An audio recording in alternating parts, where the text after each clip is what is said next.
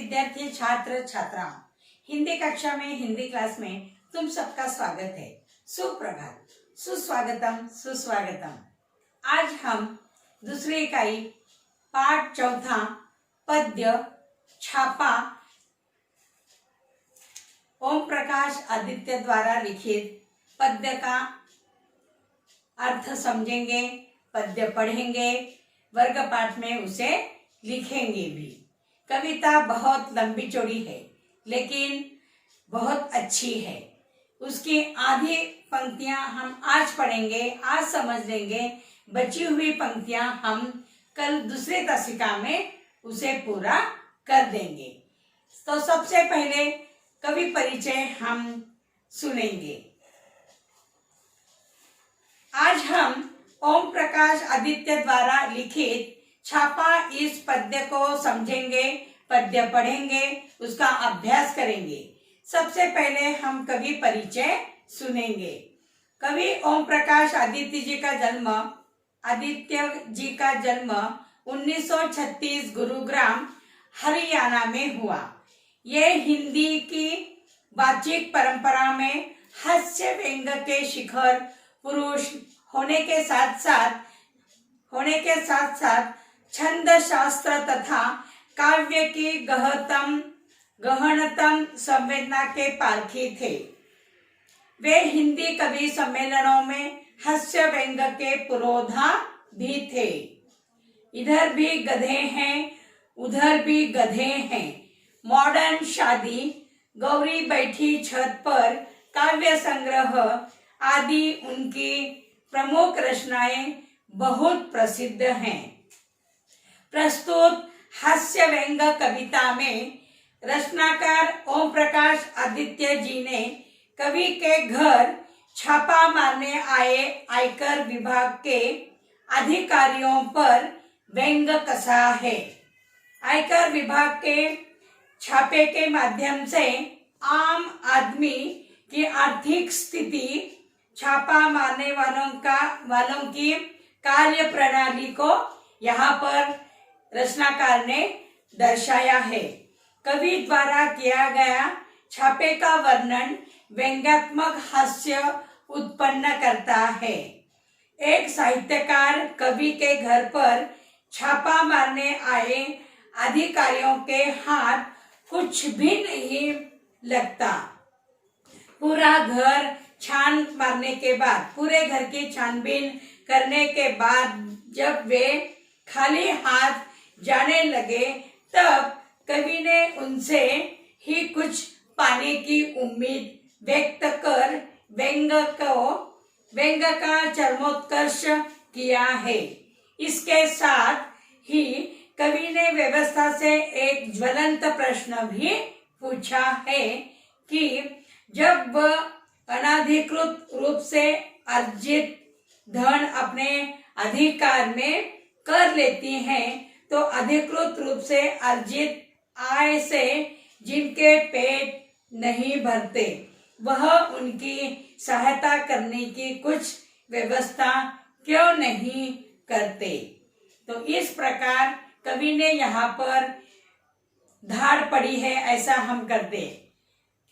ISC officer घर आकर घर की तलाशी लेते हैं और छापा मारते हैं और कुछ कहाँ मिलता है सोना चांदी पैसे उसे लेने आते। लेकिन कवि ने यहाँ पर साहित्यकार के घर में, कवि के घर में उन्होंने छापा मारा था लेकिन कवि के घर में उन्हें कुछ भी नहीं मिला। वे खाली हाथ ही वापस उन्हें जाना पड़ा। उसी का वर्णन कवि ने यहाँ पर इस कविता में दिया है।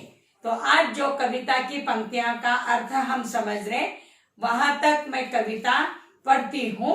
टेक्स्ट बुक में तुम सभी देखो। मेरे घर छापा पड़ा, छोटा नहीं बहुत बड़ा। वे आए घर में घुसे और बोले सोना कहाँ है।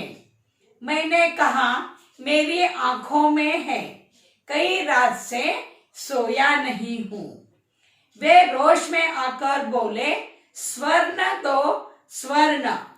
मैंने जोश में आकर कहा सुवर्ण मैंने अपने काव्य में बिखरे हैं, उन्हें कैसे दे दूं? वे झुंझला कर बोले, तुम समझ नहीं, हमें तुम्हारा अनधिकृत रूप से अर्जित अर्थ चाहिए। मैं मुस्कुराकर बोला, अर्थ मेरी नई कविताओं में है, तुम्हें मिल जाए तो ढूंढ लो। वे कड़का कर बोले, चांदी कहाँ है? मैं भड़क कर बोला, मेरे बालों में आ रही है धीरे धीरे। वे उद्भ्रांत होकर बोले, यह बताओ तुम्हारे नोट कहाँ हैं? परीक्षा से 1 महीने पहले करूंगा तैयार। वे गरज कर बोले, हमारा मतलब आपकी मुद्रा से है। मैं लजक कर बोला, मुद्राएं आप मेरे मुख पर देख लीजिए। तो इन पंक्तियों का भावार्थ अब हमें देखना है। बाकी की बची वाली जो पंक्तियां हैं उसका भावार्थ हम अगली तासिका में कंटिन्यू देखेंगे। तो कविता का सरल अर्थ जो पंक्तियां हैं, मेरे घर छापा डैश डैश डैश, उन्हें कैसे दे दूं? इन 5-6 पंक्तियों में कवि कहते हैं कि एक दिन उनके घर बहुत बड़ा छापा पड़ा। आयकर विभाग के अधिकारी सीधे उनके घर में घुस गए और कवि को सोने के बारे में पूछने लगे। कवि ने भी उन्हें उत्तर दिया कि कई रातों से वे सोए नहीं हैं, क्योंकि सोना तो उनकी आंखों में है। उन अधिकारियों को लगा कि कवि समझ नहीं रहे हैं, इसीलिए वे क्रोधित होकर उन्होंने सीधे सीधे स्वर्ण की मांग की। कवि ने भी सच्चाई बयां की और सोना तो उन्होंने अपने काव्य में बिखेर दिया है, यह उसे देना तुम्हें असंभव है। तो यहाँ पर कवि ने 2 अर्थ हमें यहाँ पर बताए हैं। आयकर विभाग वाले कर चोरी करने वालों और नाजायज ढंग से संपत्ति अर्जित करने वाले लोगों के घर और कार्यालय पर छापा मारते हैं।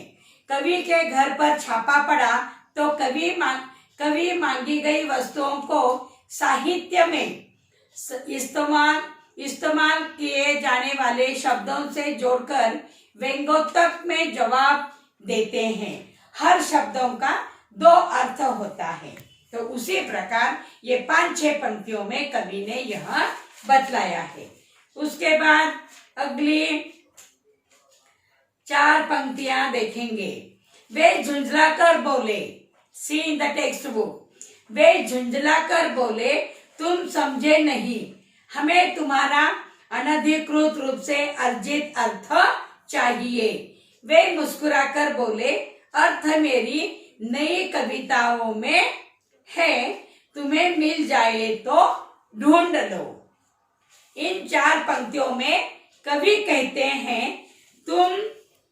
कवि का जवाब सुनकर अधिकारी झुंझलाकर कहते हैं कि तुम हमारी बात समझे नहीं। जो कुछ अनधिकृत रूप से तुमने अर्थ यानी यहाँ पर धन कमाया है, उन्हें उस अर्थ यानी धन, संपत्ति, पैसों की तलाश है। कवि के लिए अर्थ शब्दों में छिपा था और उस आयकर अधिकारियों के लिए अर्थ से तात्पर्य था धन, पैसा, संपत्ति। इसीलिए कवि उनसे हिसाब से जवाब दे रहे थे। अर्थ उनकी नई कविताओं में है और अधिकारियों को ढूंढ कर लेने को उन्होंने कह दिया। अब अगली 6-7 पंक्तियां देखो कौन सी है, मैं पढ़कर बताती हूँ। वे कड़क कर बोले, चांदी कहाँ है? मैं भड़क कर बोला, मेरे बालों में आ रही है धीरे धीरे। वे उद्भ्रांत होकर बोले, यह बताओ तुम्हारे नोट कहाँ है? परीक्षा से 1 महीने पहले करूंगा तैयार। वे गरज कर बोले, हमारा मतलब आपकी मुद्रा से है। मैं लजक कर बोला, मुद्राएं आप मेरे मुख पर देख लीजिए। तो यहाँ पर इन 6-7 पंक्तियों में कवि कहते हैं कि जब आयकर अधिकारी जोर से कड़क कर आवाज में बोले, चांदी कहाँ है? तब कवि ने भी उतनी ही कड़क कर आवाज में उत्तर दिया कि चांदी धीरे धीरे बालों में आ रही है। चांदी यानी बाल सफेद होना, और चांदी यानी एक प्रकार का धातु जिसे अलग अलग प्रकार के बर्तन गहने बनाए जाते हैं। तो अधिकारियों के मतलब से चांदी यानी एक प्रकार का धातु, लेकिन कवि ने यहाँ पर उसे चांदी यानी बाल सफेद होना ऐसे शब्द के अर्थ में उन्हें उत्तर दिया। सफेद बाल हो रहे थे। कवि के ऐसे जवाब से भ्रमित होकर उन्होंने कवि से फिर नोट मांगे। नोट यानी अधिकारियों के अर्थ में पैसा, रुपयों, नोट। लेकिन कवि के इसे नोट यानी नोट्स, जो परीक्षा के पहले हम सभी तैयार करते हैं, नोट मांगे। और कवि ने कहा कि परीक्षा से 1 महीना पहले ही वे नोट तैयार करते हैं, अर्थात टिप्पणियां बनाते हैं। अब आयकर अधिकारी दहाड़ते हुए बोलने लगे, नोट से उनका मतलब मुद्रा से है। उनको उसी तरह कवि ने उत्तर दिया है कि मुद्राएं तो उनके मुख पर ही देखनी चाहिए। मुद्राएं हाव भाव जो हमारे चेहरे से दिखता है। तो इस प्रकार कवि ने इन पंक्तियों में उनके साथ अलग से अर्थ में दड़े हुए शब्दों को लेकर बातचीत की। अधिकारी एक अर्थ समझ रहे थे, लेकिन कवि ने उसे साहित्य में जो शब्द आते हैं उन्हें समझाकर इस प्रकार से जवाब दे दिया। अगले जो पंक्तियां हैं वे अगली तासिका में हम उन पंक्तियों का अर्थ, सरल सरल अर्थ देखेंगे। कंटिन्यू अगली तासिका में। थैंक यू, धन्यवाद।